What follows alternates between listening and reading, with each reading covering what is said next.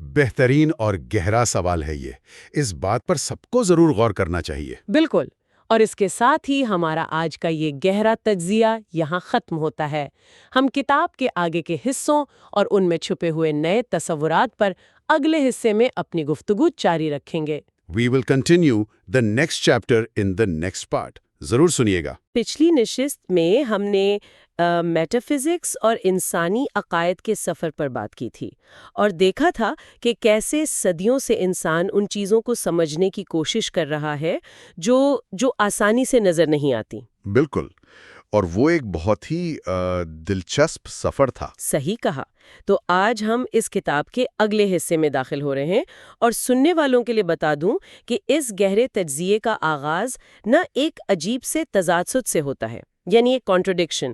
ذرا تصور کریں ایک بچہ جو ایک نہایت ہی مذہبی گھرانے میں پیدا ہوتا ہے. اچھا. اس کا باپ ایک کٹر پادری ہے اور وہ بچہ مذہب میں اس قدر ڈوبا ہوا ہے کہ اس کے دوست اسے مذاق میں چھوٹا پادری کہتے ہیں. چھوٹا پادری، ارے واہ. ہاں. اب سوال یہ ہے کہ یہی چھوٹا پادری بڑا ہو کر تاریخ کا وہ متنازع ترین فلسفی کیسے بن گیا جس نے پوری دنیا کے سامنے اعلان کیا کہ خدا مر چکا ہے. یہ واقعی ایک بہت بڑا سوال ہے. اور کیسے اس کے باغیانہ خیالات نے صدیوں بعد اسٹینلی کیوبرک کی ان سائی فائی فلموں کو متاثر کیا. میرا تجسس تو بڑھ رہا ہے. ہاں دیکھیں، یہی اس داستان کا سب سے حیرت انگیز پہلو ہے. ہم اکثر سوچتے ہیں کہ عظیم فلسفے کسی خاموش کمرے میں بیٹھ کر بھاری بھاری کتابیں پڑھنے سے پیدا ہوتے ہیں. بالکل عام طور پر یہی تصور ہے. لیکن حقیقت میں تاریخ کے سب سے طاقتور خیالات اکثر کسی گہرے انسانی صدمے سے یا کسی ایسی چوٹ سے جنم لیتے ہیں جو انسان کی روح کو جھنجھوڑ دیتی ہے. واقعی. اور ہمارے پاس آج جو تحقیقی مواد ہے وہ ہمیں اسی سفر پر لے جائے گا. صحیح کہا آپ نے. آج ہم فریڈرک نیچے کی ذاتی زندگی کے ان صدمات کو کھول کر دیکھیں گے جنہوں نے اسے نیکی اور بدی کے اس قدیم تنازع کو بالکل ایک نئے رخ سے دیکھنے پر مجبور کر دیا. دیکھتے ہیں. کہانی شروع ہوتی ہے 15 اکتوبر 1844 کو، جب نیچے پیدا ہوا. اس کا باپ کارل لوڈوگ ایک لوتھرن پادری تھا. ہاں، اور باپ کا اثر اس پر بہت گہرا تھا. بالکل. جب اس نے اپنے بیٹے کو بیپٹزم دیا تو اس موقع پر ایک بڑا جذباتی خطبہ دیا. اس خطبے کا مرکزی سوال یہ تھا کہ اس بچے کا کیا بنے گا، کیا یہ نیک ہوگا یا بد، گڈ اور ایول. صحیح. یعنی سوچیں، ابھی اس بچے نے دنیا میں آنکھ ہی کھولی ہے اور اس کے کندھوں پر گڈ اور ایول کی اس شدید تقسیم کا بوجھ ڈال دیا گیا ہے. ایک ایسی ایتھیکل ڈیولزم جو اس کے ذہن میں ہمیشہ کے لیے نقش ہو گئی. اگر ہم اسے بڑی تصویر سے جوڑیں نا تو بات واضح ہو جاتی ہے.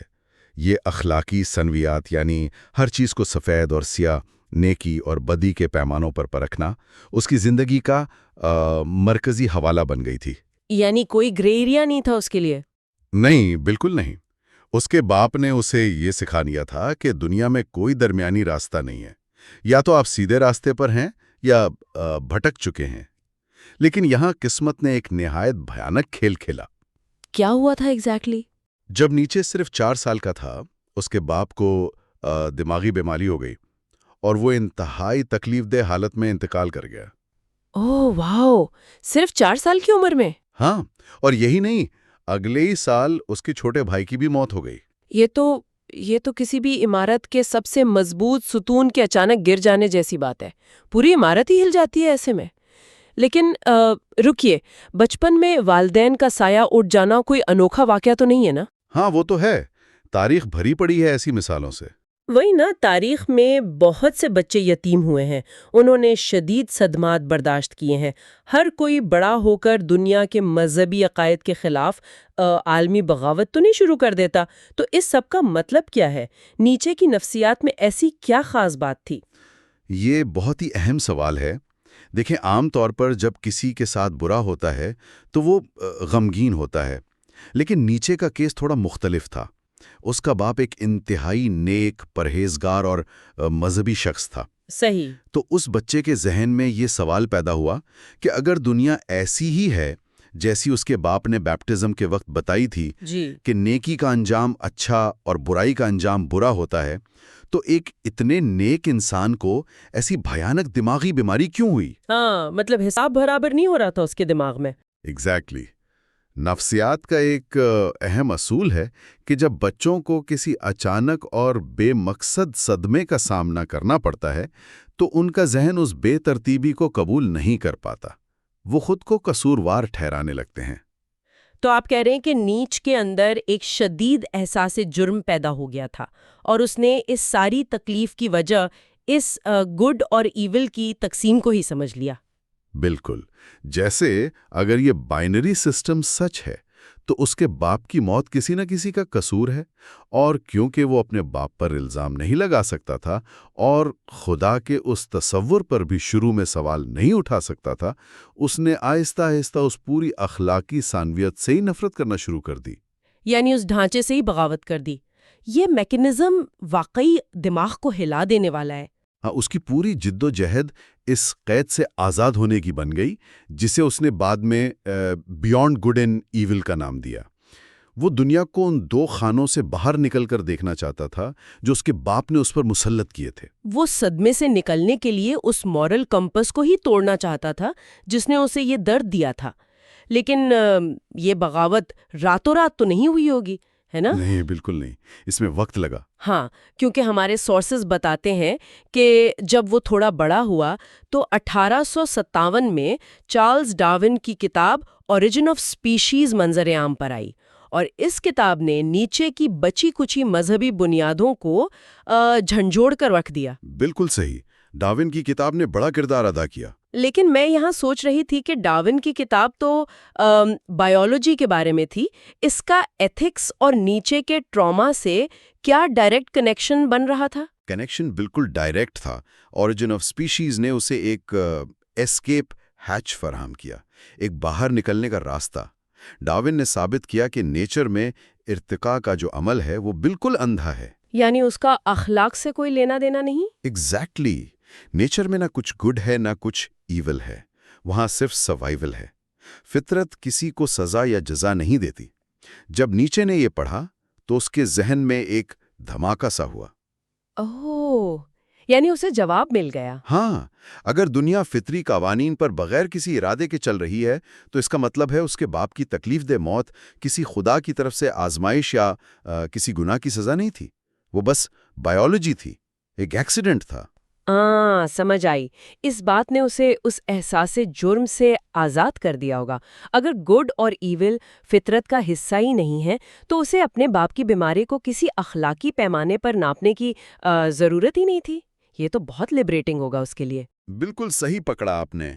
اور اسی ریئلائزیشن نے اسے اس قدر متاثر کیا کہ 1865 میں اس نے مذہب کو پوری طرح چھوڑ دیا، ہولی کمیونن لینے سے انکار کر دیا اور ایک نئی فکری سمت نکل پڑا.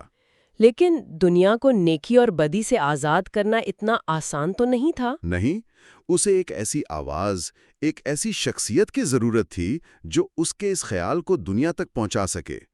اور پھر 1881 کی ایک شام آتی ہے جب وہ سوئٹزرلینڈ کے پہاڑوں میں سلس ماریا کے مقام پر تھا، زمین سے لگ بھگ 2000 میٹر کی بلندی پر. ہاں، وہاں جہاں وہ لکھتا ہے کہ اسے محسوس ہوا جیسے وہ نیکی اور بدی سے کہیں بلند ہو گیا ہے. وہاں اسے ایک الہام ہوتا ہے کہ 1 سے 2 ہو گئے اور زراتشترا میرے پاس سے گزرا. اور یہیں سے اس نے اپنی عظیم کتاب تھس اسپیک زراتشترا کی بنیاد رکھی. یہاں آ کر بات واقعی بہت دلچسپ ہو جاتی ہے. میرا مطلب ہے زراتشترا ہی کیوں؟ ایک 19ویں صدی کا ہائیلی ایجوکیٹڈ جرمن فلسفی جو بھی ڈارون کو پڑھ کر مذہب سے انکار کر چکا ہے، وہ اپنے سب سے بڑی فلسفی کو دنیا تک پہنچانے کے لیے ایک قدیم فارسی پیغمبر کا انتخاب کیوں کر رہا ہے؟ یہ تو سب سے مزے کی بات ہے. وہی نا، جسے اس وقت یورپ میں عام لوگ ٹھیک سے جانتے بھی نہیں تھے. اس نے ایرسٹاٹل کیوں نہیں چنا یا کسی اور فکشنل کیریکٹر کو کیوں نہیں بنایا؟ یہ فلسافیکل ہسٹری کا سب سے بڑا طنز ہے. دیکھیں، نیچے تاریخ اور قدیم عقائد کا بہت گہرا مطالعہ رکھتا تھا. وہ جانتا تھا کہ زراتھسترا یعنی زورواسٹر تاریخ کا وہ پہلا شخص تھا جس نے دنیا کو روشنی اور اندھیرے کی طاقتوں میں بانٹا۔ یعنی نیکی اور بدی کی دو الگ الگ طاقتوں کے درمیان ایک جنگ کے طور پر پیش کیا تھا۔ آسان لفظوں میں کہیں تو زراتھسترا وہ انسان تھا جس نے اس اخلاقی سانویلیت یا گڈ اینڈ ایول کی انوینشن کی تھی، ایجاد کیا تھا اسے۔ ویٹ، واقعی؟ تو نیچے کا ماننا تھا کہ انسان کو ان دو ڈبوں میں بند کرنے کی جو بنیادی غلطی تھی وہ زراتھسترا نے کی تھی؟ ایگزیکٹلی۔ نیچے کے مطابق اخلاقیات ایجاد کرنا انسانی تاریخ کی سب سے بڑی غلطی تھی، کیونکہ اس نے انسان کو اس کی اپنی فطرت سے لڑنا سکھا دیا۔ او واو، تو اس وجہ سے اس نے وہی کیریکٹر چنا؟ ہاں، اس لیے نیچے کا لاجک یہ تھا کہ جس شخص نے یہ تباہی شروع کی تھی اسے ہی واپس آنا چاہیے تاکہ وہ اپنی غلطی کو ٹھیک کر سکے۔ یہ ایک طرح کا پوئٹک جسٹس تھا۔ صحیح۔ اس میں زراتھسترا کو اپنا ماؤتھ پیس اس لیے بنایا تاکہ وہ دنیا والوں کو بتا سکے کہ میں نے جو گڈ اور ایول کا تصور تمہیں دیا تھا وہ غلط تھا، دنیا ایسے نہیں چلتی۔ کمال ہے، مطلب وہ ایک اینشنٹ پیغمبر کو واپس بلا رہا ہے صرف اس سے یہ کہلوانے کے لیے کہ پرانے عقائد فضول ہے اور اب خدا مر چکا ہے۔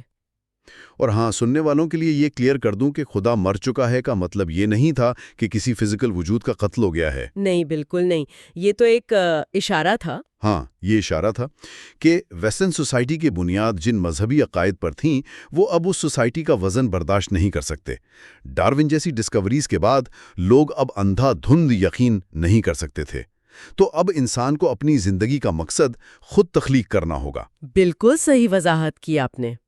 اور یہیں سے اس کا وہ مشہور تصور نکلتا ہے جسے ہم اوبرمینچ یا سپرمین کہتے ہیں۔ اچھا، سپرمین کا کانسیپٹ یہاں سے آیا؟ ہاں، نیچے کا کہنا تھا کہ جب پرانے سہارے ٹوٹ جاتے ہیں تو عام انسان گھبرا جاتا ہے، وہ نیہلزم یا مایوسی کا شکار ہو جاتا ہے۔ لیکن جو عظیم انسان ہوتا ہے وہ اس آزادی کو قبول کرتا ہے، یعنی وہ اس خالی پن سے ڈرتا نہیں ہے۔ صحیح، وہ اپنی ول ٹو پاور کا استعمال کرتا ہے، اپنے آپ پر فتح حاصل کرتا ہے اور اپنے بنائے ہوئے خود ساختہ اقدار کے مطابق زندگی گزارتا ہے۔ وہ گڈ اور ایول کی رسی کو کاٹ دیتا ہے اور نیکی اور بدی سے ماورا ہو جاتا ہے۔ یہ آئیڈیا تو بہت طاقتور ہے۔ لیکن آئرنی دیکھیں نا، جب یہ کتاب شائع ہوئی تو اسے کسی نے گھاس بھی نہیں ڈالی۔ ہمارے سورسز بتاتے ہیں کہ کتاب کے پہلے حصے کی صرف چند درجن کاپیز ہی بک سکی تھیں۔ لوگ اس قدر آگے کی سوچ کو ہضم ہی نہیں کر پائے تھے۔ ہاں، اپنے وقت سے بہت آگے تھی یہ کتاب۔ گیا اور 20ویں صدی میں دو عظیم فنکاروں نے ان ناکام صفات میں چھپی ہوئی طاقت کو پہچانا اور اسے پاپ کلچر کا حصہ بنا دیا۔ ایک موسیقار رچرڈ سٹراس اور دوسرے عظیم ترین فلم ڈائریکٹر اسٹینلی کیوبرک۔ کیوبرک کا کردار اس میں واقعی لاجواب ہے۔ بالکل، کیوبرک کی مشہور سائی five film 2001 a space Odissi میں سٹراس کی وہی میوزک بجتی ہے جس کا نام تھا آلسو سپراخ زراتھسترا۔ اگر ہم اسے سائی فائی اور فلسفی کے تناظر میں دیکھیں تو کیوبرک کی فلم میں اس میوزک کا استعمال پیور جینیس ہے۔ کیوبرک جانتا تھا کہ آرتھر سی کلارک کی سٹوری کا کور تھیم وہی ہے جو نیچے دنیا کو بتانا چاہتا تھا، یعنی ارتقاء، ایوولوشن۔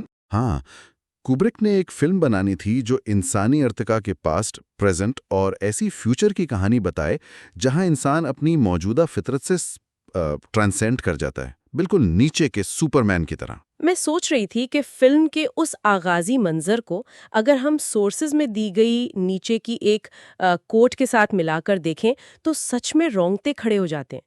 نیچے نے کتاب میں لکھا تھا کہ انسان، جانور اور سپرمین کے درمیان بندھی ہوئی ایک رسی ہے، ایک ایسی رسی جو ایک گہرے گڑھے کے اوپر تنی ہوئی ہے۔ یہ کوٹ واقعی بہت ڈیپ ہے۔ اگر دھیان دیں تو کوبرک نے اسی کوٹ کو لٹرلی فلم میں ویژول فارم دے دی تھی۔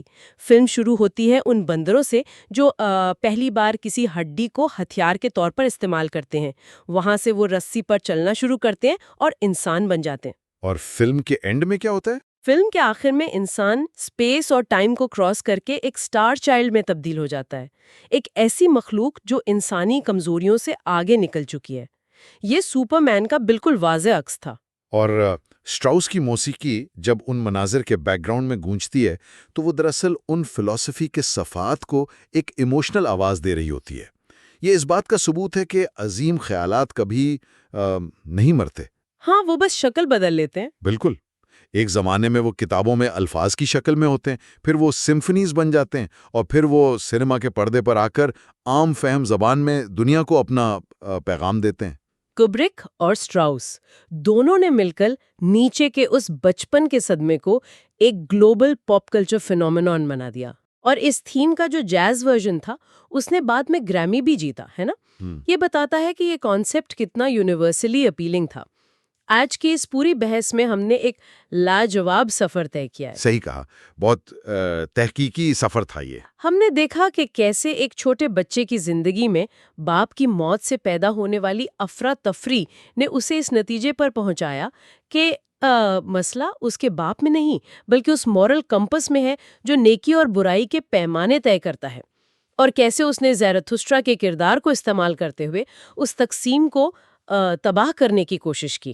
اور سننے والوں کے لیے اس میں سبق صرف ہسٹری کا نہیں ہے۔ بالکل نہیں، ہم سب کسی نہ کسی مقام پر انہی انہیریٹڈ مورل کوڈ سے ٹکراتے ہیں، اس نیکی اور برائی کی سانیت سے الجھتے ہیں جو ہمیں وراثت میں ملتی ہے، اور ہمیں طے کرنا پڑتا ہے کہ ہم اپنی زندگی کے اقدار خود چنیں گے یا بنے بنائے رستوں پر چلیں گے۔ ہاں، ان عظیم خیالات کو پڑھنے کا مقصد ہی یہی ہے کہ ہم اپنے ارد گرد موجود اقدار کو بلائنڈلی فالو کرنے کے بجائے ان پر سوال اٹھانا سیکھیں۔ ہماری سوسائٹی، ہماری کلچر، ہماری فلمز سب کہیں نہ کہیں اسی کشمکش کا شکار ہیں، اور جب تک انسان اپنے اندر جھانک کر یہ طے نہیں کرتا کہ وہ رسی کے کس حصے پر کھڑا ہے، تب تک وہ آگے نہیں بڑھ سکتا۔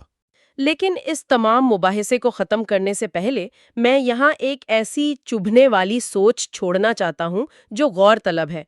آج کے پورے سورسز کا ہم نے جب انالیسس کیا نا، تو ایک عجیب سا تضادد سامنے آتا ہے۔ اچھا، وہ کیا؟ دیکھیں، نیچے نے پوری زندگی لگائی زیرتھسٹرا کے ذریعے نیکی اور برائی کی اس ایتھیکل ڈیولزم کو ختم کرنے کے لیے۔ اس نے فرض کیا کہ اس نے پرانی سنویات کا خاتمہ کر دیا، لیکن میں سوچ رہی تھی، کیا اس نے واقعی ایسا کیا؟ یہ اس پورے کہانی کا سب سے بڑا آئرونیکل پوائنٹ ہے۔ اگر ہم گہرائی سے دیکھیں تو اس نے خدا اور شیطان کی پرانی قید کو تو توڑ دیا، لیکن اس کی جگہ اس نے ایک نئی سمویت کھڑی کر دی، ایک نیا ڈوئلزم۔ ایگزیکٹلی، اس نے ایک طرف عام انسان، یا جسے وہ ہرڈ یا بھیڑ چال والی عوام کہتا تھا، اسے رکھ دیا، اور دوسری طرف اس نے سپرمین یعنی اوبر مینش کو کھڑا کر دیا، عام انسان جو کمزور ہے، اور سپرمین جو طاقتور ہے اور اپنے قوانین خود بناتا ہے۔ یہی تو ایک نیا ڈوئلزم ہے۔ صحیح پکڑا آپ نے، اور اسی لیے کئی ناقدین کہتے ہیں کہ نیچے کبھی اپنے باپ کی دیے ہوئے اس ڈوئلزم سے سچ میں آزاد نہیں ہو سکا۔ اس نے صرف لیبل بدلے تھے۔ گڈ کی جگہ سپرمین آ گیا، اور ایول کی جگہ ویک عام انسان آ گیا۔ تقسیم اب بھی وہیں موجود تھی۔ بالکل، اس کا ذہن آخری وقت تک اس بائنری سسٹم سے لڑتا رہا، اور بالآخر اس نے بھی زندگی کے آخری حصے میں اپنا دماغی توازن کھو دیا تھا۔ اس نے جو رسی تنی تھی وہ اس پر خود توازن برقرار نہ رکھ سکا۔ یہ واقعی ایک حیران کن اور پریشان کرنے والا تصور ہے۔ اس نے کرداروں کے نام ضرور بدلے، پر دنیا کو دیکھنے کا وہ انداز نہیں بدل سکا۔ اور سننے والوں، اس سنویت یا ڈوئلزم کی کہانی صرف فلسفے کے بھاری کتابوں تک محدود نہیں رہی۔ اس قدیم فارسی تصور نے اصل دنیا میں دلوں کو ہی نہیں بلکہ ملکوں کو بھی بانٹا ہے۔ اس فکر نے صدیوں تک خون ریز جنگیں کروائیں۔ اور اسی خون ریز تاریخ پر ہم اگلے لیکچر میں تفصیلی بات کریں گے۔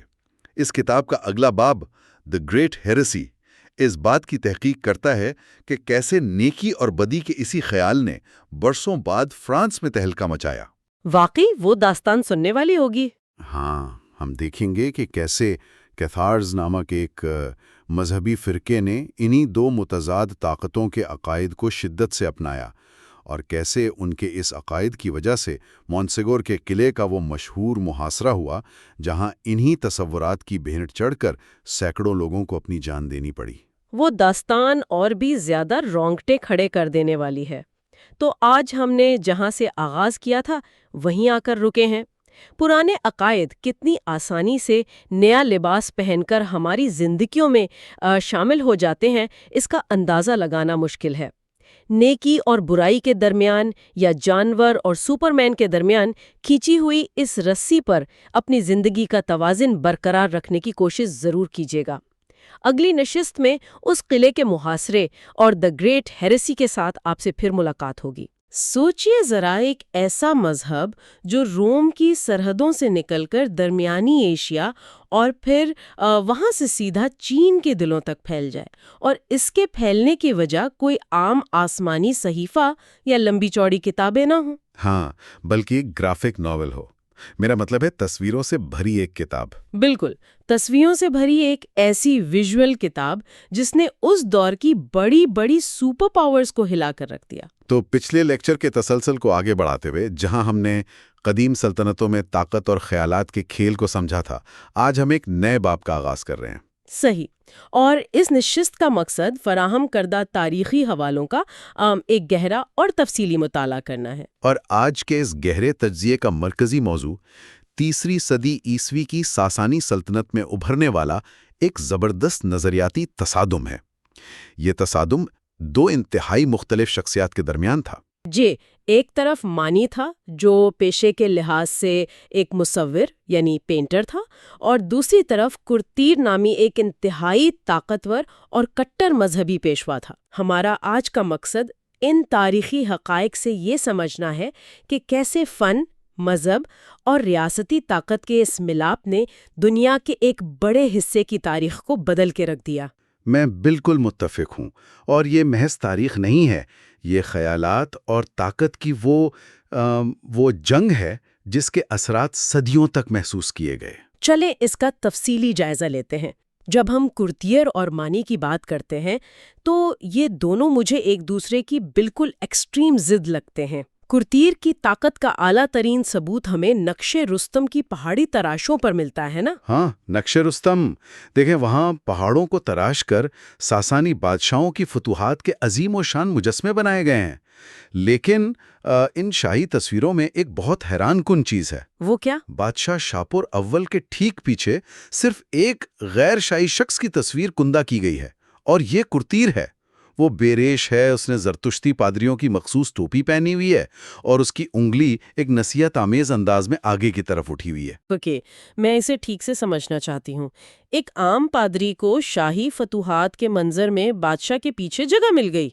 یہ تو ایسے ہی ہے جیسے کسی ملک کا صدر کوئی بہت بڑی ملٹری وکٹری ڈکلیئر کر رہا ہو اور اس کے پیچھے اچانک کوئی سخت گیر مذہبی لیڈر آ کر کھڑا ہو جائے۔ بالکل، اور یہ کوئی عام بات نہیں تھی۔ اس سے ثابت ہوتا ہے کہ کرتیر کا رتبہ کیا تھا۔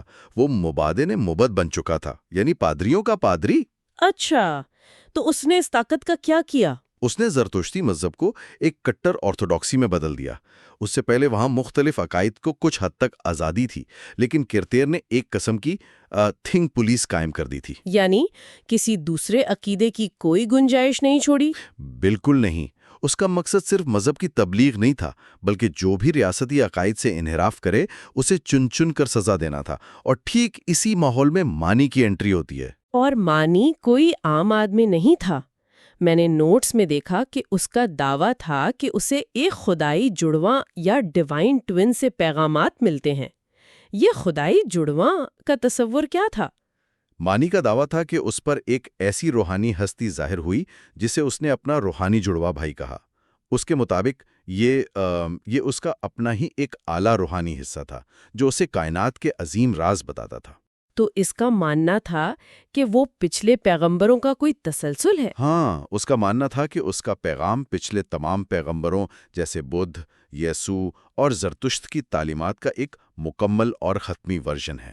یہ مثال تو بالکل ایسی لگ رہی ہے جیسے کرتیر ایک بہت بڑی ملٹی نیشنل کمپنی کا اسٹرکٹ کمپلائنس آفیسر ہو جو چاہتا ہے کہ ہر کوئی ایک ہی ضابطے کی پابندی کرے، اور دوسری طرف مانی ایک ڈسرپٹیو سٹارٹ اپ فاؤنڈر کی طرح تھا جو بالکل نیا ویژن لا رہا ہو۔ یہ بہت زبردست تشبیہ ہے۔ دونوں کے اپروچ میں بھی یہی بنیادی فرق تھا۔ کرتیر اندر سے سسٹم کو کنٹرول کر رہا تھا، لیکن مانی کی اسٹریٹجی بہت بولڈ تھی۔ اس نے کیا کیا؟ اس نے عام لوگوں کے بجائے سیدھا حکمران طبقے کو ہدف بنایا۔ اس نے شاہ شاپور اول اور اس کے بھائیوں کو قائل کیا تاکہ اسے پوری سلطنت میں سفر اور تبلیغ کا سرکاری پروانہ مل سکے۔ لیکن ایک طاقتور بادشاہ شاپور نے مانی کی بات کیوں سنی؟ اسے ایک نئے پیغمبر میں کیا دلچسپی ہو سکتی تھی؟ دیکھیں، شاپور محض ایک جنگی بادشاہ نہیں تھا، وہ ایک سیاسی ماہر بھی تھا۔ اس کی سلطنت میں مختلف مذاہب اور ثقافتوں کے لوگ تھے۔ اسے ایک ایسی آئیڈیالوجی کی ضرورت تھی جو ان سب کو متحد کر سکے۔ تو مانی کا پیغام، جس میں بدھ، یسوع اور زرتشت تینوں کی تعلیمات شامل تھیں، شاپور کو راجنیتک طور پر فائدہ مند لگا۔ بالکل درست۔ اس نے مانی کو آزادی دے دی، جبکہ کرتیر نے طاقت کا استعمال بالکل مختلف انداز میں کیا۔ اس نے انتظار کیا۔ شاپور کے جانے کا انتظار کیا؟ ہاں، شاپور کے بعد آنے والے ایک کمزور بادشاہ بہرام پر کرتیر نے اپنا اثر و رسوخ قائم کیا تاکہ ریاست کی طاقت کو استعمال کرتے ہوئے مانی کو زنجیروں میں جکڑوا کر مروا دے۔ اس نے تمام حریف عقائد کا صفایا کر دیا۔ اس سے ایک اہم سوال پیدا ہوتا ہے کہ کیا ریاستی طاقت سے واقعی نظریات کو ختم کیا جا سکتا ہے؟ کیونکہ کرتیر نے مانی کو تو مروا دیا، لیکن اس کی سوچ کا سفر وہیں ختم نہیں ہوا۔ بالکل، اور اس سوچ کے سفر کی تفصیل واقعی دماغ کو ہلا دینے والی ہے۔ کرتیر کے ان سخت قوانین کے باوجود مانی کا ویژن اتنا پرکشش تھا کہ لوگ اس کی طرف کھنچے چلے آئے۔ میں بھی یہی سوچ رہی تھی۔ اس کی وجہ مانی کا انوکھا پس منظر تھا نا۔ اس کی پرورش ایلکیسائٹ نامی ایک ایسے گروہ میں ہوئی جو پانی سے غسل کرنے یعنی بپتسمہ پر بہت زور دیتا تھا۔ جی ہاں، وہ لوگ انتہائی سخت زندگی گزارتے تھے اور ان کا ماننا تھا کہ پانی ہی جسم و روح کو پاک کر سکتا ہے۔ لیکن مانی نے ان کے عقائد سے بغاوت کر دی۔ اس نے بغاوت کیوں کی؟ اس کا دعویٰ تھا کہ کوئی مادی چیز یعنی پانی روحانی گندگی کو صاف نہیں کر سکتا۔ اس کی بغاوت اتنی شدید تھی کہ اس نے یہاں تک دعویٰ کر دیا کہ جب پودے کاٹے جاتے ہیں تو وہ روتے ہیں اور خون بہاتے ہیں۔ ایک منٹ، پودے روتے ہیں؟ او مائی گاڈ، یہ تو بہت ہی ایکسٹریم لیول کی روحانی حساسیت ہے۔ یعنی وہ اس دنیا کے ہر عنصر میں ایک ٹریجڈی دیکھ رہا تھا۔ بالکل، وہ مانتا تھا کہ پودوں کے اندر بھی روشنی کے ذرات قید ہیں جنہیں تکلیف ہوتی ہے، اور اسی حساسیت سے اس کا دوہراپن یعنی ڈوئلزم کا تصور نکلا۔ یہاں بات واقعی بہت دلچسپ ہو جاتی ہے۔ تاریخ کے دیگر پیغمبروں کے برعکس مانی ایک باقاعدہ مصور یعنی پینٹر تھا۔ تو کیا ایک مصور ہونے کی وجہ سے مانی کے دنیا کو دیکھنے کے نظریے پر کوئی فرق پڑا؟ بہت بڑا فرق پڑا، اور یہی مانی کی سب سے بڑی انفرادیت تھی۔ مانی کا نیکی اور بدی کا تصور محض استعاراتی نہیں تھا۔ ایک مصور کی طرح اس کے لیے روشنی اور تاریکی حقیقی اور مادی چیزیں تھیں۔ یعنی وہ انہیں کینوس پر لائٹ اور شیڈ کے طور پر دیکھتا تھا؟ ہاں، اس کا ماننا تھا کہ کائنات اسی فزیکل روشنی اور تاریکی کی جنگ کا میدان ہے، اور اس نے اپنے پیچیدہ مذہبی تصورات کو سمجھانے کے لیے بصری تصویروں کا سہارا لیا۔ تو اس نے باقاعدہ ڈرائنگز بنائی ہوں گی؟ جی، اس نے آجونگ نامی ایک باقاعدہ ڈرائنگ بک بنائی تھی۔ مانی کا ماننا تھا کہ جو لوگ ان پیچیدہ باتوں کو تحریر میں نہیں سمجھ سکتے، وہ انہیں تصویروں میں دیکھ کر سمجھے۔ واو، جسے آج کی زبان میں ہم ایک گرافک ناول کہہ سکتے ہیں۔ اس نے تاریخ میں پہلی بار آرٹ کو ایک آسمانی صحیفے کا درجہ دے دیا۔ بالکل، دوسرے مذاہب میں آرٹ صرف سجاوٹ کے لیے تھا، لیکن یہاں آرٹ ہی اصل مذہب تھا۔ یہ تو لینگویج بیریئر ختم کرنے کا کتنا زبردست طریقہ ہے۔ اگر مانی کی اسی میسور کن بصری اور فنکارانہ تبلیغ نے اسے اس قابل بنایا کہ وہ زبانوں اور سرحدوں کی قید سے آزاد ہو کر دنیا بھر میں پھیل سکے، تو کرتیر کے ہاتھوں اس کا انجام اتنا بھیانک کیوں ہوا؟ کیونکہ کرتیر کو اس کی طاقت کا اندازہ ہو گیا تھا۔ بہرام کے حکم پر مانی کو 26 دن تک بھاری زنجیروں میں جکڑ کر رکھا گیا۔ زنجیروں کے بوجھ اور تکلیف سے اس کی موت واقع ہو گئی۔ یہ تو انتہائی خوفناک ہے۔ اس سے بھی زیادہ خوفناک یہ تھا کہ اس کی موت کے بعد دہشت پھیلانے کے لیے اس کی کھال اتار کر اس میں پھوسا بھرا گیا اور اس کا سر شہر کے دروازے تر لٹکا دیا گیا۔ او میرے خدا! لیکن ہم جانتے ہیں کہ اس طرح کے ظلم سے اکثر تحریکیں ختم نہیں ہوتی، بلکہ سپر چارج ہو جاتی ہیں، اور اس کے پیروکاروں نے ہمت نہیں ہاری۔ جی ہاں، انہوں نے مانی زندہ ہے کا نعرہ لگایا اور ظلم سے بچنے کے لیے وہ بابل سے مشرق کی طرف نکل گئے۔ اور یہ مذہب بابل سے نکل کر افغانستان میں بامیان کی وادی تک پہنچا۔ بالکل، اور پھر وسطی ایشیا اور سلک روڈ کے راستے۔ ان کی بصری تبلیغ اتنی زبردست تھی کہ اویغر ترکوں نے تو اسے اپنا ریاستی مذہب ہی بنا لیا۔ اویغر ترکوں نے اپنا ریاستی مذہب ایک پینٹر کے ویژول ویژن کو بنا لیا؟ یہ تو بہت بڑی جغرافیہ سیاسی تبدیلی تھی۔ بہت بڑی، اور یہاں تک کہ یہ مذہب چین تک بھی پہنچا۔ آپ کو یہ جان کر حیرت ہوگی کہ چین کے عظیم منگ خاندان کے نام کا مطلب بھی روشنی ہے، اور مورخین مانتے ہیں کہ اس کے پیچھے اسی نظریے کا گہرا اثر تھا۔ میں واقعی حیران ہوں، اگر یہ مذہب اتنے متنوع خطوں میں پھیل چکا تھا اور چین تک اس کے مندر تھے، تو پھر یہ زوال پذیر کیوں ہو گیا؟ کیا صرف قطیر اور بعد میں آنے والے عیسائی اور مسلم حکمرانوں کا ظلم اس کی وجہ تھا؟ یہاں سب سے حیران کن بات یہ ہے کہ ظلم و ستم کے ساتھ ساتھ معنویت کے زوال کی سب سے بڑی وجہ اس کا سائنسی اور لٹرل ہونا تھا۔ لٹرل ہونا؟ اس کا کیا مطلب ہوا؟ کوئی مذہب لٹرل ہونے کی وجہ سے کیسے گر سکتا ہے؟ میں مثال دیتا ہوں۔ مانی کا دعویٰ تھا کہ سورج یا چاند گرہن دراصل روشنی کے ذرات کی طرف سے کھینچے گئے پردے ہیں۔ وہ کائنات کے کام کرنے کو باقاعدہ فزیکل میکینکس کی طرح بیان کرتا تھا۔ اچھا، تو اس نے استعارے کو حقیقت بنا دیا؟ اس نے شاعری کو فزکس قرار دے دیا؟ ایگزیکٹلی۔ اور جب یونانی فلسفے کی اقلیت پسندی اور ابھرتی ہوئی حقیقی سائنسی دریافتوں نے فلکیات کے تصورات کو واضح کیا تو مانی کے ان تصورات کو غلط ثابت کر دیا گیا۔ یعنی جب سائنس نے عروج پایا تو یہ خوبصورت لیکن غیر سائنسی نظریہ اپنی بقا قائم نہ رکھ سکا۔ بالکل، ایک بصری نظریہ تب تک ہی چل سکتا ہے جب تک اسے عقلی سطح پر چیلنج نہ کیا جائے۔ تو اس سب کا اصل مطلب کیا ہے؟ یہ تاریخ ہمیں بہت کچھ سکھاتی ہے۔ ایک طرف ریاستی طاقت ہے کرتیر کی صورت میں جو عقائد کو کچلنے کی کوشش کرتی ہے، اور دوسری طرف ایک فنکار ہے مانی جو بصری تصویروں کے ذریعے اپنے نظریات کو عوام تک پہنچاتا ہے۔ جی، اور دونوں نے ہی اپنے مقاصد کے لیے سلطنت کے وسائل اور طاقت کا مختلف انداز میں استعمال کیا، لیکن دونوں کا انجام مختلف ادوار میں زوال کی صورت میں ہوا۔ بالکل، قرطیر کا سخت گیر نظام وقت کے ساتھ بکھر گیا، اور مانی کا خوبصورت روحانی آرٹ ورک سائنس کے معیار پر پورا نہ اتر سکا۔ یہ ہمیں بتاتا ہے کہ صرف طاقت سے خیالات کو دبایا نہیں جا سکتا، اور محض خوبصورت تصورات کو حقیقت نہیں بنایا جا سکتا۔ صحیح۔ سمیٹتے ہوئے سننے والوں کے لیے میں ایک حتمی اور گہرا سوال چھوڑتی ہوں۔ ذرا سوچیں، اگر مانی کی تصویری کتاب ارجنگ آج اپنے اصل اور مکمل حالت میں موجود ہوتی، کیا آج کی دنیا کے بڑے مذاہب میں فن اور مصوری کو محض ایک آرائشی چیز کے بجائے مذہبی صحیفوں جتنا ہی مقدس اور مرکزی درجہ حاصل ہوتا؟ یہ واقعی سوچنے کا ایک بہت گہرا مقام ہے۔ کیا پتا تب آرٹ میوزیمز ہی آج کی دنیا کے سب سے مقدس مقامات ہوتے۔ بالکل۔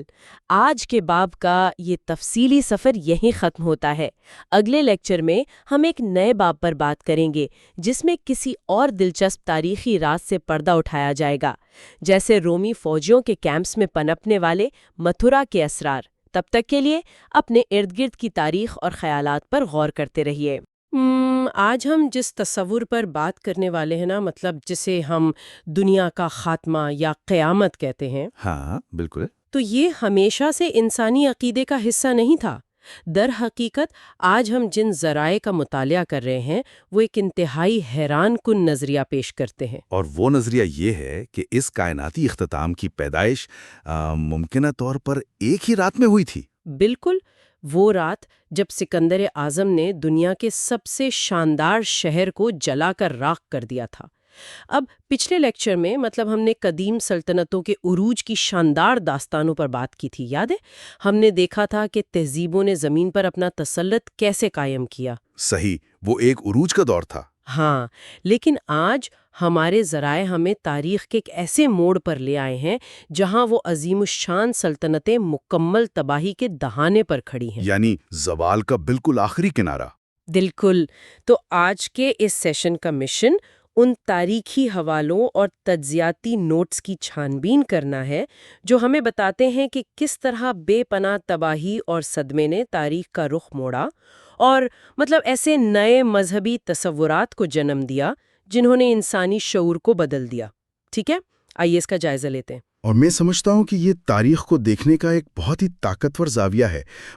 ہم عموماً تاریخ کو صرف فتوحات یا ہاں، سرحدوں کی تبدیلی کے عدسے سے دیکھتے ہیں۔ بالکل، لیکن جو مواد آج ہمارے سامنے ہے وہ اس بات پر زور دیتا ہے کہ جب ایک مستحکم صدیوں پرانا نظام زمین بوس ہوتا ہے تو اس کا اثر محض سیاسی نہیں ہوتا، وہ نفسیاتی اور روحانی سطح پر بھی ہوتا ہے۔ اتنا گہرا ہوتا ہے کہ قومیں اپنے خداؤں کے بارے میں اپنے بنیادی عقائد پر نظر ثانی کرنے پر مجبور ہو جاتی ہیں۔ ہم آج پرسیپولس کی اس راگ سے لے کر حضرت دانیال کی پراسرار اہمیت اور بحرۂ مردار کے توماروں تک کا سفر کریں گے۔ تو جب ہم دنیا کے خاتمے جیسے تصور کی بات کرتے ہیں تو سب سے پہلا سوال یہ پیدا ہوتا ہے کہ انسان ایسا سوچنے پر مجبور ہی کیوں ہوتا ہے؟ صحیح، اس کی وجہ کیا بنتی ہے؟ اس کا جواب ہمیں ایک قدیم سلطنت کے ملبے سے ملتا ہے۔ ذرائع میں قدیم شہر ہمدان کا ذکر ہے، جسے ایکبٹانا بھی کہا جاتا تھا۔ یہ میڈیس اور پارسیوں کا پہلا عظیم دارالحکومت تھا۔ ہیروڈوٹس نے لکھا ہے کہ اس شہر کے گرد 7 دائروں میں فصیلیں تھیں۔ ہاں، اور ہر دیوار دوسری سے اونچی تھی، اور ان کے رنگ کائناتی نظام کی عکاسی کرتے تھے۔ مطلب سفید، سیاہ، سرخ، نیلے، نارنجی۔ بالکل، اور آخری 2 دیواریں تو باقاعدہ چاندی اور سونے سے مڑی ہوئی تھیں۔ واہ، یہ تو صرف ایک شہر نہیں تھا، یہ کائنات کا ایک ماڈل تھا۔ لیکن آج وہ سب خاک میں مل چکا ہے، اور وہاں آج سب سے نمایاں چیز کیا ہے؟ ایک عجیب و غریب مجسمہ جسے شیر سنگین یا پتھر کا اداس شیر کہا جاتا ہے۔ اور اس شیر کی کہانی ان دیواروں کے گرنے سے بھی زیادہ پراثر ہے۔ تاریخی حوالوں کے مطابق اسے 322 قبل مسیح میں سکندر اعظم نے بنوایا تھا، اپنے دوست ہیفیسٹین کی موت کے غم میں، ہے نا؟ جی ہاں، اور اس شیر کا چہرہ اس قدر اداس ہے کہ کہا جاتا ہے یہ خود سکندر کے شدید رنج کی عکاسی کرتا ہے۔ آج بھی مقامی بے اولاد عورتیں اس پتھر کو چھوتی ہیں اور اس سے امیدیں وابستہ کرتی ہیں۔ یہ سکندر کی زندگی کا ایک بہت مختلف پہلو ہے، ورنہ تاریخ میں وہ ایک ایسے فاتح کے طور پر جانا جاتا ہے جو محض ایک تباہ کن قوت تھا۔ مطلب میں سوچ رہی تھی کہ سکندر کوئی عظیم فاتح نہیں بلکہ ایک قدرتی آفت یا طوفان جیسا تھا جس کا کام صرف اکھاڑ پھاڑ ہے۔ یہ بہت اچھی تشبیہ ہے۔ اگر ہم پرسیپولس کی شان و شوکت کا تصور کریں تو یہ بات اور بھی واضح ہو جاتی ہے۔ ہاں، ذرائع بتاتے ہیں کہ وہاں کا اپادانہ ہال اتنا وسیع تھا کہ اس میں 10,000 نمائندے اکٹھے آ سکتے تھے۔ اور وہاں کی دیواروں کی نقاشی بھی تو دیکھیں، وہ کوئی معمولی آرٹ نہیں تھا، وہ پوری معلوم دنیا کی نمائندگی تھی۔ افریقی زرافہ لے کر آ رہے ہیں، سیتھیائی گھوڑے پیش کر رہے ہیں، یونانی لوگ شیرنی لا رہے ہیں۔ مطلب یہ ایک عالمی نظام تھا جو خود کو ناقابل تسخیر سمجھتا تھا، اور پھر 330 قبل مسیح میں سکندر کا طوفان وہاں پہنچتا ہے۔ اور اس کے فوجی اتنا سونا لوٹتے ہیں جسے اٹھانے کے لیے 7,000 خچروں کی ضرورت پڑتی ہے۔ ہاں، اور پھر محض ایک جشن کے دوران ایتھنز کی ایک طائف تھائیس کے اوکسانے پر وہ پوری دنیا کا یہ ثقافتی مرکز جلا کر راکھ کر دیتا ہے۔ یہاں جو بات سب سے زیادہ دلچسپ ہے وہ یہ ہے کہ ہم اس تباہی کو کس نظریے سے دیکھتے ہیں۔ یونانیوں کے لیے تو یہ ایک انتقام تھا۔ بالکل، کیونکہ ان کا اپنا شہر ایتھنز کبھی ایرانیوں نے جلایا تھا، لیکن ایرانیوں کی نفسیات کے لیے یہ محض ایک جنگ کی ہار نہیں تھی۔ تو پھر ان کے لیے یہ کیا تھا؟ ان کے عقیدے کے مطابق ایرانی سلطنت کا بادشاہ زمین پر اہورا مزدا یعنی خدا کا نائب تھا، اور وہ سچائی برقرار رکھنے کا ضامن تھا۔ پرسیپولس کا جلنا دراصل اہورا مزدا کے قائم کردہ خدائی نظام کی مکمل تباہی تھی۔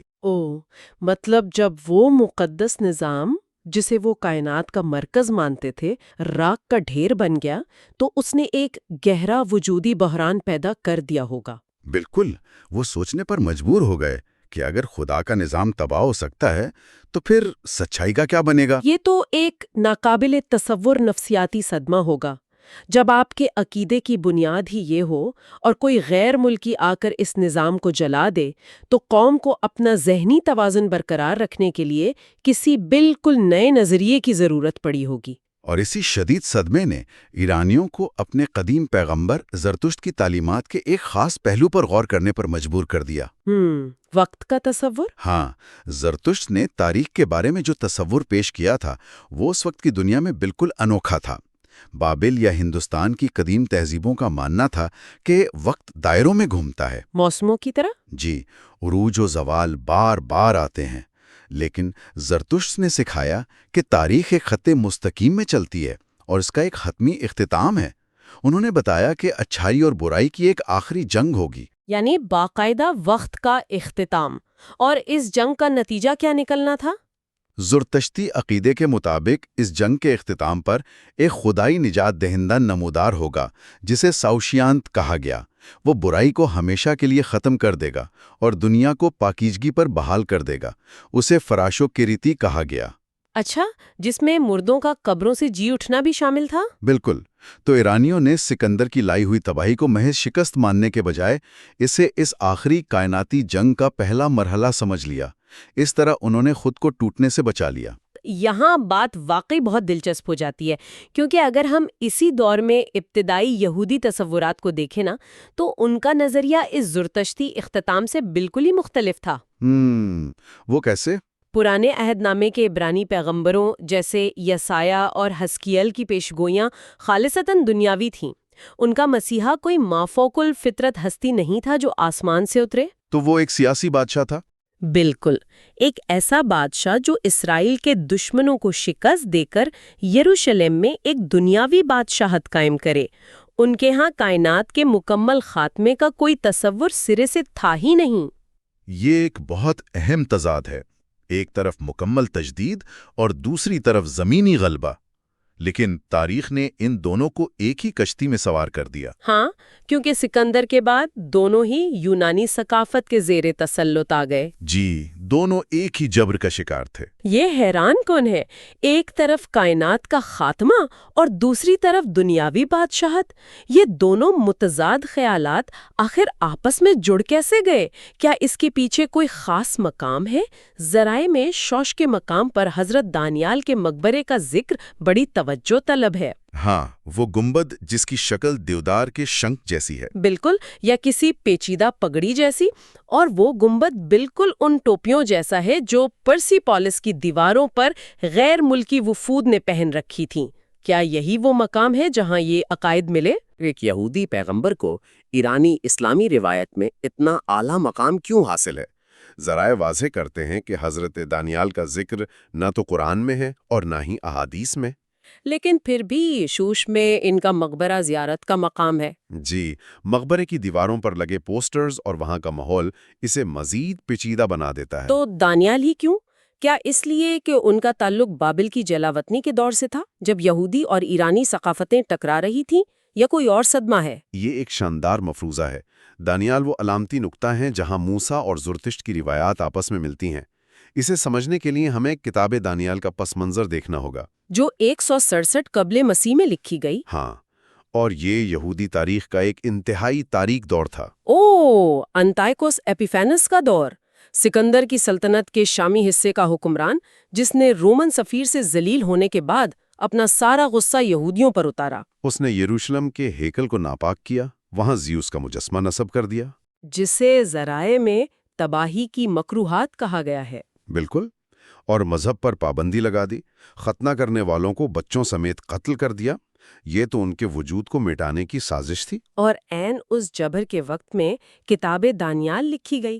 اس نے پہلی بار یہودی روایات میں ان تصورات کو شامل کیا جو پہلے صرف زرتشتی عقائد کا حصہ تھے۔ صحیح، مطلب فرشتوں کے نام؟ جی، جبرائیل اور میکائیل، مردوں کے جی اٹھنے کا وعدہ، اور ایک نجات دہندہ جسے ابن آدم کہا گیا، اس کا بادلوں پر سوار ہو کر آنے کا تصور، جو بالکل زرتشتی ساوشیان کی خصوصیات لگتا ہے۔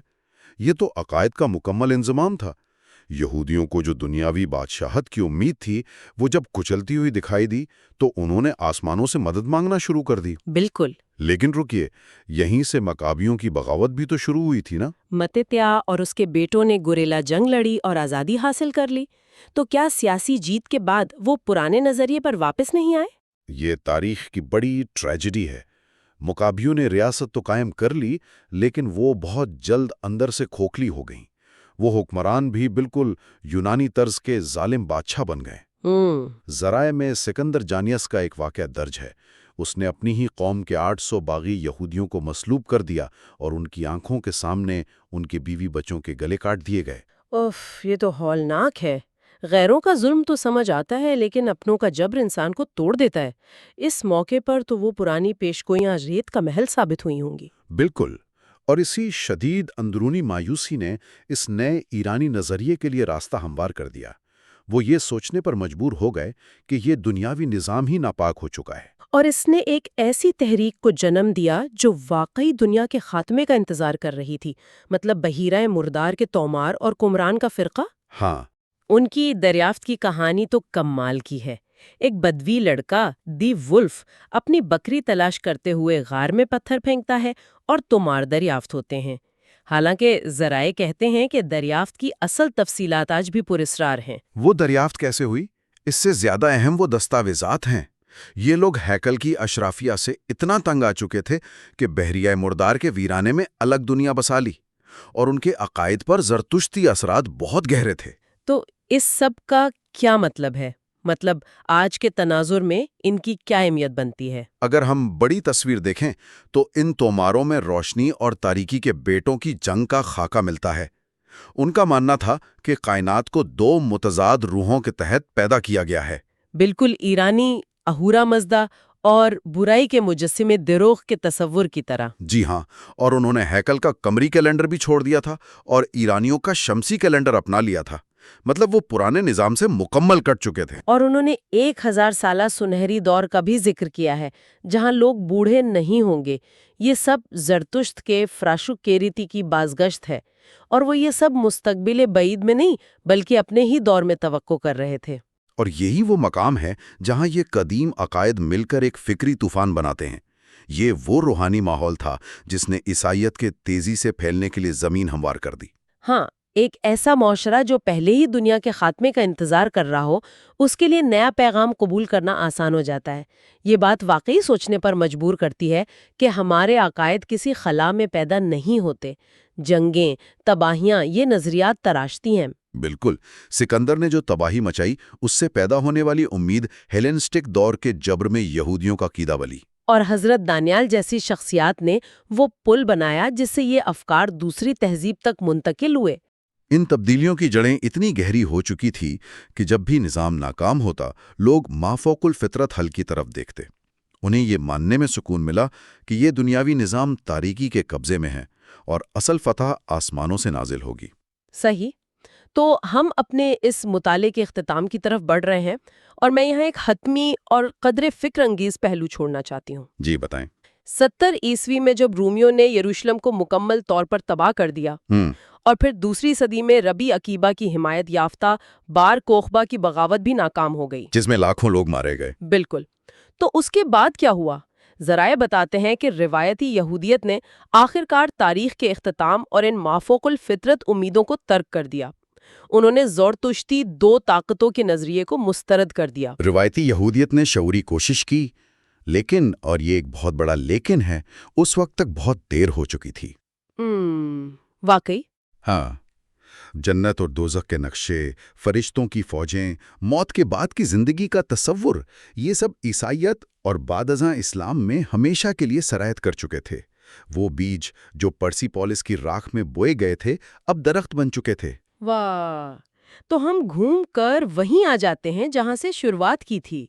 ہمدان کا وہ اداس شعر، پرسی پولس کی جلی ہوئی دیواریں یا ہیکل کی ٹوٹی ہوئی بنیادیں۔ یہ خاموش پتھر نہیں ہیں۔ بالکل نہیں۔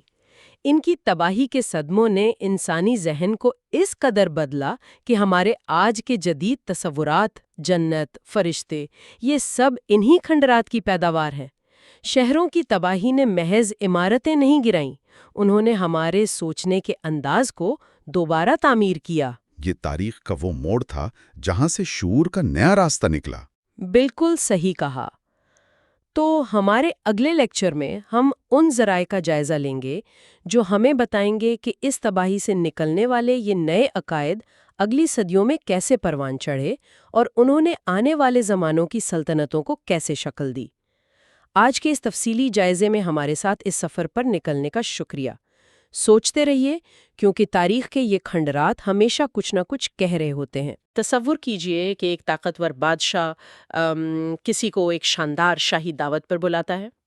نہایت لذیذ بھنا ہوا گوشت پیش لیا جاتا ہے، کھانے والا پیٹ بھر کر کھاتا ہے اور پھر بادشاہ مسکراتے ہوئے پوچھتا ہے کہ کھانا کیسا تھا؟ اور اس سے پہلے کہ وہ بیچارہ کوئی جواب دے، دربار کے نوکر ایک ڈھکی ہوئی ٹوکری لے آتے ہیں۔ ہاں، اور جیسے ڈھکن اٹھایا جاتا ہے اس میں اسی درباری کے اپنے ہی 13 سالہ بیٹے کا کٹا ہوا سر اور ہاتھ پاؤں رکھے ہوتے ہیں۔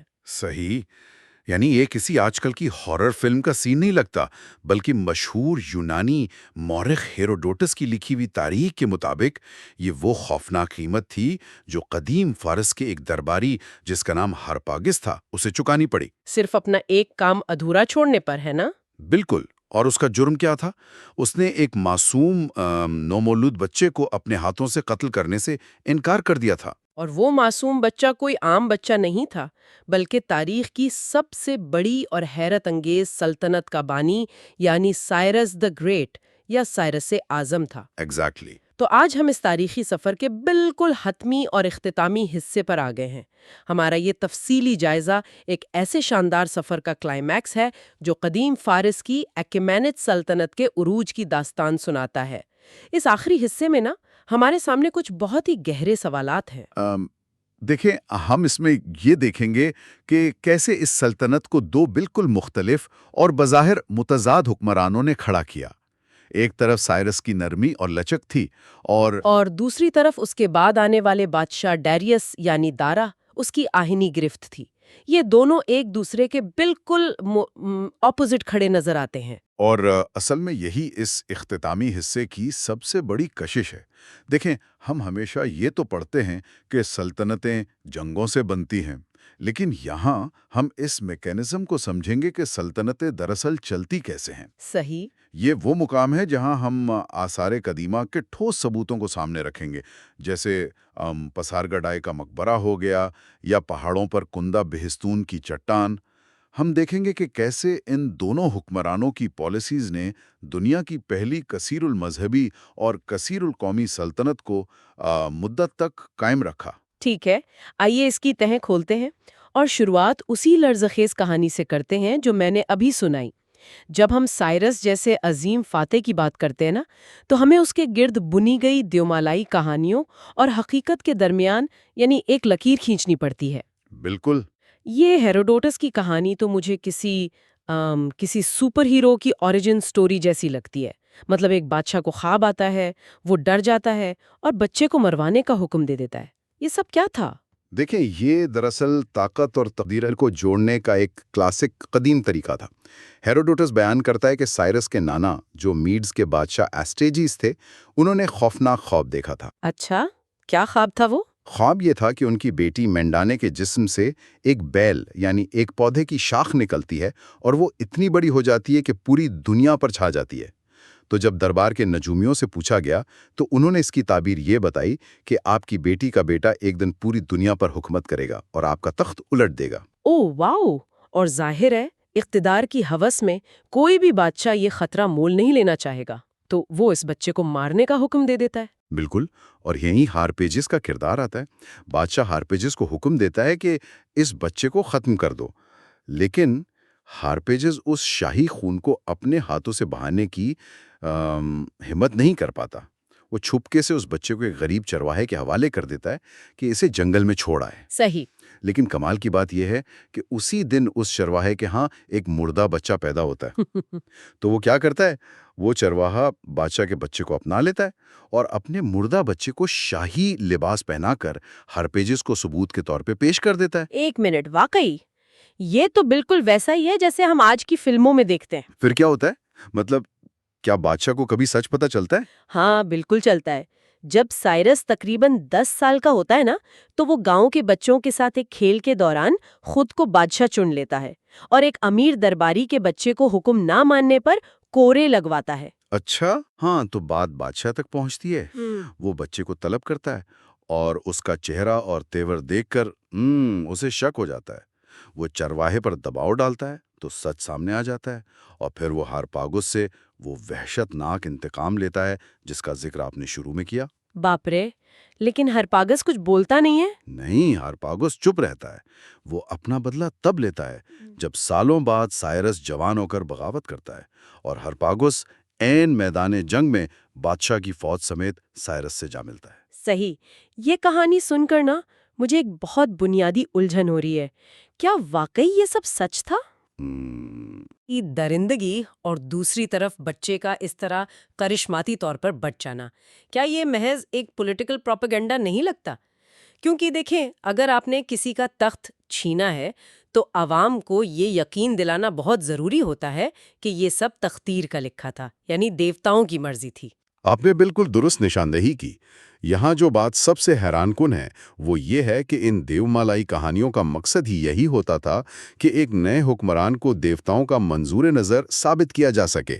لیکن حقیقت کچھ اور تھی۔ ہاں، جب ہم ان کہانیوں کے طلسم سے نکل کر زمین کی تہوں میں چھپے آثار قدیمہ کی طرف دیکھتے ہیں تو ہمیں ایک بالکل مختلف اور حقیقت پسند سائرس ملتا ہے۔ اگر ہم آج ایران میں پاسار گادے کے مقام پر جائیں تو وہاں سائرس کا مقبرہ موجود ہے۔ ہاں، اور آثار قدیمہ کے مطابق وہ مقبرہ بہت حیران کن ہے۔ ہم عام طور پر تصور کرتے ہیں کہ ایک بادشاہ جس نے آدھی دنیا فتح کر لی، اس کا مقبرہ مصر کے اہراموں جیسا کوئی دیو ہائیکل اور سونے سے لدا ہوا ڈھانچہ ہوگا، لیکن وہ تو ایک کھلے میدان میں سفید پتھروں سے بنا ہوا ایک نہایت سادہ سا اور باوقار مقبرہ ہے۔ اور یہی اس مقبرے کی اور اصل میں سائرس کی عظمت کا راز ہے۔ یہ مقبرہ چیخ چیخ کر بتا رہا ہے کہ اس کے اندر کوئی مافوق الفطرت دیوتا نہیں بلکہ ایک انسان دفن ہے۔ یہ اتنا باوقار تھا کہ صدیوں بعد جب الیگزینڈر دی گریٹ یعنی سکندر اعظم نے وہاں کا دورہ کیا صحیح۔ تو اس نے اس مقبرے کی سادگی کا بہت احترام کیا اور اسے تباہ ہونے سے بچایا۔ یہ سادگی ہمیں سائرس کے طرز حکمرانی کی طرف لے جاتی ہے۔ ٹھیک ہے، تو ہم اب اس بارے میں بات کرتے ہیں کہ سائرس نے حکومت دراصل کیسے کی، کیونکہ دیکھیں، کسی علاقے کو فتح کرنا ایک بات ہے، لیکن اس کو چلانا، اس کی ایک سلطنت بنا کر اسے کنٹرول کرنا بالکل مختلف چیز ہے۔ اور یہاں ہم اس کی مشہور زمانہ بیبیلون یعنی بابل کی فتح کی طرف آتے ہیں، جو 539 قبل مسیح میں ہوئی۔ بالکل۔ بابل اس وقت دنیا کا سب سے شاندار، جدید اور ناقابل تسخیر شہر مانا جاتا تھا۔ اس کی قلعہ نما دیواریں اور وہ عظیم اشٹار گیٹ جسے نیلے ٹائلز اور ڈریگن سے سجایا گیا تھا۔ بیبیلون کی فتح سائرس کی سیاسی ذہانت کا سب سے بڑا ثبوت ہے۔ عام طور پر قدیم دور میں جب کوئی شہر فتح ہوتا تھا نا تو فاتح بادشاہ وہاں کے مندر گرا دیتا تھا، مقامی خداؤں کی مورتیاں توڑ دی جاتی تھیں اور عوام کو غلام بنا لیا جاتا تھا۔ ہاں، نارمل پریکٹس یہی تھی اس وقت کی۔ ایگزیکٹلی۔ لیکن سائرس بابل میں ایک خونخوار فاتح کی طرح نہیں بلکہ ایک نجات دہندہ کی حیثیت سے داخل ہوا۔ بابل کے اپنے تاریخی ریکارڈز بتاتے ہیں کہ بابل کے لوگوں نے کھجور کی شاخیں لہرا کر اس کا استقبال کیا۔ لیکن رکیے، ایسا کیوں ہوا؟ مطلب لوگ ایک غیر ملکی حملہ آور کا استقبال کیوں کریں گے؟ یہ بات کچھ ہضم نہیں ہو رہی کہ اس نے بس مسکرا کر شہر میں قدم رکھا اور سب اس کے غلام ہو گئے۔ اس کے پیچھے کوئی نہ کوئی میکنزم تو ہوگا نا؟ بالکل تھا۔ بابل کا جو اپنا بادشاہ تھا نابونیڈس، اس نے اپنے ہی مقامی پجاریوں اور اشرافیہ کو بہت ناراض کر رکھا تھا۔ اس نے کیا کیا کہ بابل کے سب سے بڑے دیوتا ماردک کو نظر انداز کر کے چاند کے دیوتا کی پوجا شروع کر دی تھی۔ اچھا، یعنی انٹرنل پالیٹکس چل رہی تھی۔ ہاں، سائرس نے حملہ کرنے سے پہلے ہی اس اندرونی خلفشار کو سمجھ لیا تھا۔ اس نے پجاریوں اور بابلیوں کی اشرفیہ کے ساتھ ایک انڈر دا ٹیبل ڈیل کی۔ اس نے انہیں یقین دلایا کہ میں نابونائیڈس کو ہٹا کر تمہارے ماردک دیوتا کی عظمت بحال کروں گا۔ تو آپ کہہ سکتی ہیں کہ سائرس نے طاقت سے زیادہ پروپیگنڈا اور سفارتکاری کا استعمال کیا۔ یہاں آ کر بات واقعی بہت دلچسپ ہو جاتی ہے۔ کیسے ایک طاقتور بادشاہ مذہب کو طاقت کے بجائے آزادی کے لیے استعمال کر رہا تھا، اور یہی وہ جگہ ہے جہاں مشہور سائرس سلنڈر کا ذکر آتا ہے۔ بالکل۔ دیکھیں، لوگ اکثر اسے انسانی حقوق کا پہلا چارٹر کہتے ہیں، لیکن جب ہم اس کے کام کرنے کے طریقے کو دیکھتے ہیں تو یہ کچھ اور ہی لگتا ہے۔ یہ مٹی کا ایک سلنڈر نما کتبہ ہے جس پر لکھا ہے کہ سائرس نے مندروں کو دوبارہ تعمیر کیا اور لوگوں کو امن دیا۔ ہاں، میں دفن کیا گیا تھا تاکہ دیوتا اور مستقبل کے بادشاہ اسے پڑھ سکیں۔ بالکل درست. یہ دراصل اس دور کی آپ کہہ لیں کہ ایک پریس ریلیز تھی، ایک پروپیگنڈا ٹول تھا. وہ سلنڈر کے ذریعے اشرفیہ اور دیوتاؤں کو یہ پیغام دے رہا تھا کہ میری حکومت جائز ہے کیونکہ میں تمہارے خداؤں کا احترام کرتا ہوں. صحیح. اگر ہم اسے بڑے منظر نامے سے جوڑیں تو اس پالیسی کا دائرہ صرف بابل تک محدود نہیں تھا. بائبل کی کتابیں عزرا میں واضح لکھا ہے کہ سائرس نے بابل میں قید جلاوطن یہودیوں کو جروسلم واپس جانے اور اپنا معبد یعنی ٹیمپل دوبارہ تعمیر کرنے کی آزادی دی اور باقاعدہ اس کا خرچ اٹھایا. او واو. اگر میں اسے آج کی دنیا کی کسی چیز سے تشبیہ دوں تو مجھے سائرس کی سلطنت ایک اوپن سورس سافٹ ویئر کی ایکو سسٹم جیسی لگتی ہے. اچھا، وہ کیسے؟ مطلب سائرس نے مختلف قوموں سے کہا کہ دیکھو تم اپنا لوکل کوڈ چلاتے رہو، تم اپنا مقامی مذہب مانو، اپنی ثقافت رکھو، اپنے مقامی منتظمین رکھو، بس مجھے اوپر سے اپنا ٹیکس ادا کرتے رہو اور بغاوت مت کرو.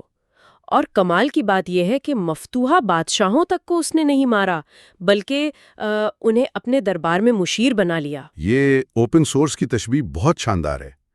واقعی سائرس جانتا تھا کہ اتنے بڑے اور متنوع علاقے کو تلوار کے زور پر ہر وقت دبا کر نہیں رکھا جا سکتا. لوگوں کو مذہبی آزادی دے کر اس نے بغاوت کی سب سے بڑی وجہ ہی ختم کر دی. صحیح بات ہے. اور حیرت کی بات یہ ہے کہ اس بات کا کوئی ٹھوس تاریخی ثبوت نہیں ملتا کہ سائرس کا اپنا ذاتی مذہب کیا تھا. کیا وہ خالص زوراسٹرین یعنی پارسی تھا؟ اس بارے میں تاریخ خاموش ہے. وہ جہاں جاتا تھا وہاں کے مقامی خداؤں کا احترام کرنے لگتا تھا. یہ تو انتہائی عملی اور حقیقت پسندانہ رویہ تھا. یعنی وہ عقیدے کے لیے نہیں لڑ رہا تھا، وہ سلطنت کی پیداری کے لیے لچک دکھا رہا تھا. لیکن جیسا کہ ہر عظیم کہانی میں ہوتا ہے، یہ امن اور رواداری ہمیشہ نہیں رہتی. ہاں، بدقسمتی سے. سائرس کے بعد جب اس کا بیٹا کیمبیسز تخت پر بیٹھتا ہے تو یہ جو اوپن سورس ماڈل تھا یہ بری طرح کریش ہونے لگتا ہے، کیونکہ کیمبیسز اپنے باپ سے بالکل الگ تھا. کیمبیسس کا مزاج انتہائی ظالمانہ اور غیر متوازن تھا. اس کا سب سے بڑا ہدف مصر کو فتح کرنا تھا، اور اس کے مصر پر حملے کی جنگی حکمت عملی کے کچھ قصے انتہائی عجیب و غریب ہیں. ہاں، میں نے جو ذریعے پڑھے ہیں نا ان میں ایک قصہ تو مجھے واقعی حیرت میں ڈال گیا. ایک جنگ میں جسے بیٹل آف پیلوسیم کہا جاتا ہے، کیمبیسز کو معلوم تھا کہ مصری لوگ بلیوں کو دیوتا مانتے ہیں. صحیح. اور ان پر حملہ کرنا بہت بڑا گناہ سمجھتے ہیں. تو اس نے مبینہ طور پر اپنی فوج کی اگلی صفوں کے آگے سینکڑوں زندہ بلیاں جمع کر دیں اور کچھ فوجیوں نے اپنی ڈھالوں پر بلیوں کی تصویریں بنا لیں. اور مصری فوجی اپنے ان مقدس جانوروں پر تیر چلانے کی ہمت نہ کر سکے اور کیمبائسس نے جنگ جیت لی. لیکن اس کیمبائسس کی موت کے گرد ایک ایسی پراسرار سازش جنم لیتی ہے جس نے پوری ایکیومینٹ سلطنت کی چولہے ہلا کر رکھ دیں. اچھا، کیا ہوا تھا؟ کیمبائسس مصر میں ہی تھا جب اسے خبر ملی کہ دارالحکومت میں کسی نے خود کو سائرس کا چھوٹا بیٹا یعنی کیمبائسس کا سگا بھائی بارڈیا ظاہر کر کے تخت پر قبضہ کر لیا ہے. کیمبائسس فوراً واپس لوٹتا ہے لیکن راستے میں ہی پراسرار طور پر مارا جاتا ہے. کچھ کہتے ہیں اس نے خودکشی کر لی، کچھ کہتے ہیں اسے حادثہ پیش آیا. اور یہاں سے انٹری ہوتی ہے ایک نئے کردار کی، بادشاہ ڈاریس یعنی دارا. اب ڈاریس ایک اعلیٰ فوجی افسر تھا، لیکن وہ براہ راست سائرس کا بیٹا نہیں تھا. وہ شاہی خاندان کی ایک بہت دور کی شاخ سے تعلق رکھتا تھا. بالکل. ڈاریس نے آ کر ایک دعویٰ کیا جو بہت ہی سنسنی خیز تھا. اس نے کہا کہ تخت پر جو شخص بیٹھا ہے وہ سائرس کا بیٹا باردیا نہیں ہے، کیونکہ اصل باردیا کو تو کیمبیسز نے پہلے ہی خفیہ طور پر قتل کروا دیا تھا. ڈاریس کے مطابق یہ تخت پر بیٹھا شخص ایک مذہبی پیشوا، ایک بھیروپیا ہے جس کا نام گوماتا ہے. اور اس بھیروپیے نے اصل باردیا کی شکل اپنا کر عوام کو بے وقوف بنایا ہے. تو ڈاریس نے چند ساتھیوں کے ساتھ مل کر بغاوت کی، اس گوماتا کو قتل کیا اور تخت پر قبضہ کر لیا. صحیح. لیکن اس کے تخت پر بیٹھتے ہی پوری سلطنت میں بغاوتیں پھوٹ پڑی. ہر طرف افراتفری مچ گئی. ڈیریز نے اپنے پہلے ہی سال میں 19 زبردست جنگیں لڑیں اور 9 مختلف باغی بادشاہوں کو شکست دی تاکہ اس ٹوٹتی ہوئی سلطنت کو دوبارہ جوڑا جا سکے. لیکن یہاں پر میں ذرا ڈیریس کی اس کہانی کو چیلنج کرنا چاہوں گی. یہ پوری کہانی کے تخت پر تو ایک بھیروپیا بیٹھا تھا. یہ ڈیریس کے لیے بہت ہی شاندار اور انتہائی کارآمد اتفاق نہیں لگتا؟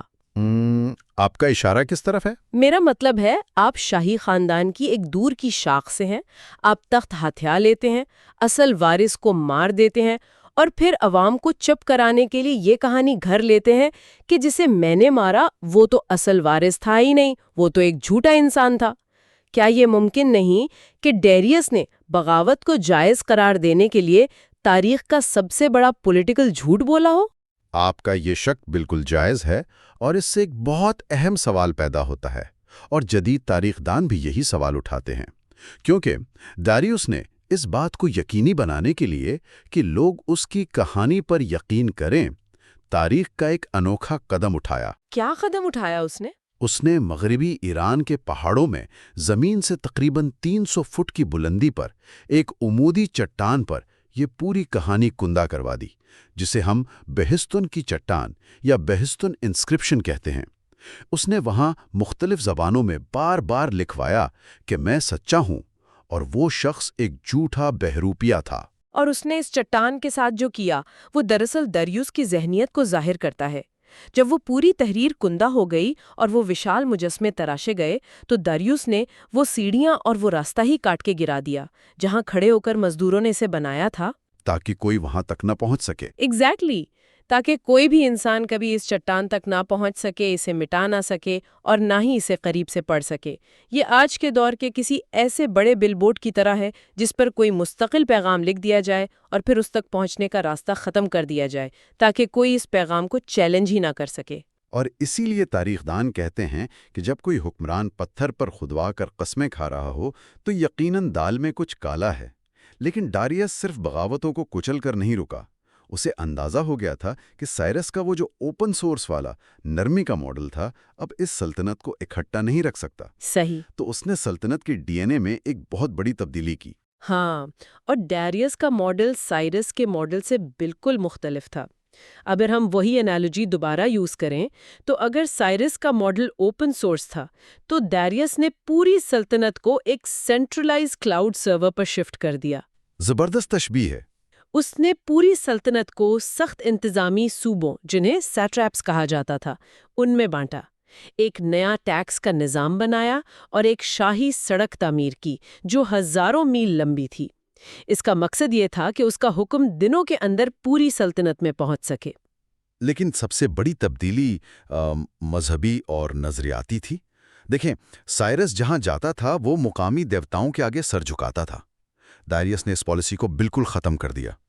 تو اس نے کیا کیا؟ داریوس نے اپنی ہر فتح، ہر جنگ اور اپنے پورے اقتدار کو صرف ایک خدا اہورا مازدا سے جوڑ دیا۔ وہ زوروسٹرین مذہب کے ایک انتہائی گہرے نظریے کو ریاست چلانے کے لیے استعمال کر رہا تھا، اور وہ نظریہ تھا آشا یعنی سچائی اور کائناتی نظام، بے مقابلہ ڈروج یعنی جھوٹ اور انتشار۔ یہ میکینزم سمجھنا سننے والوں کے لیے بہت ضروری ہے۔ اس کا مطلب یہ ہوا کہ داریوس نے سیاست اور مذہب کو اس طرح ملا دیا کہ اگر آپ بادشاہ کے خلاف بغاوت کر رہے ہیں تو آپ صرف ایک باغی نہیں ہیں جو نیا ٹیکس دینے سے انکار کر رہا ہے، بالکل، بلکہ آپ ڈروج یعنی شیطان کے پیروکار ہیں۔ آپ اس کائناتی سچائی کے خلاف جنگ کر رہے ہیں جسے اہورا مازدا نے داریوس کے ذریعے زمین پر نافذ کیا ہے۔ یہ تو سیدھا سیدھا برین واشنگ والا حساب ہو گیا۔ صحیح کہا آپ نے۔ اور بہستن کی چٹان پر جو تصویر کندہ ہے نا، وہ اس سخت گیر نظریے کی بہترین عکاسی کرتی ہے۔ اس تصویر میں ڈاریش ایک تخت پر بیٹھا ہے اور اس کے سامنے وہ 9 باغی بادشاہ ہیں جنہیں اس نے شکست دی تھی۔ ہاں، میں نے وہ تصویر دیکھی ہے۔ ان بادشاہوں کے ہاتھ پیچھے بندھے ہوئے ہیں اور ان کی گردنوں میں رسیاں ڈال کر انہیں ایک جانوروں کی قطار کی طرح پیش کیا جا رہا ہے۔ ڈاریس کا ایک پاؤں زمین پر گرے ہوئے باغی گاؤ ماتا کے سینے پر ہے، اور اوپر آسمان میں اہورا مازدا کی علامت ان پر سایہ فگاں ہے۔ یہ تصویر ڈاریس کی آہانی گرفت اور اس کی بے رحم مرکزیت کا کھلا اعلان تھی۔ تو اس سب کا آخر مطلب کیا ہے؟ سائرس نے لوگوں کے دل جیت کر سلطنت بنائی، لیکن ڈاریس نے ایک سخت تنظیمی ڈھانچہ، بیوروکریسی اور ایک ایسا نظریاتی بیان کھڑا کیا جس نے سلطنت کو ایک لڑی میں پرو دیا۔ اس نے بغاوتوں کو صرف سیاسی طور پر نہیں، روحانی طور پر بھی کچل دیا۔ اور جب ہم اس کتاب کے اختتامی باب کا تجزیہ کرتے ہیں تو ہمیں معلوم ہوتا ہے کہ کوئی بھی سلطنت اور ترقیقت آج کے دور کا کوئی بھی بڑا ادارہ یا ریاست محض ایک ہی طرز حکمرانی پر قائم نہیں رہ سکتا۔ صحیح بات ہے۔ سائرس کی بے مثال فروختلی اور رواداری نے سلطنت کی زمین ہموار کی۔ اس نے فتح کو آسان بنایا، لیکن اگر ڈیریس آ کر وہ سخت گیر نظام، وہ سینٹرلائزڈ کنٹرول متعارف نہ کرواتا تو وہ مختلف ٹکڑے کب کے بکھر چکے ہوتے۔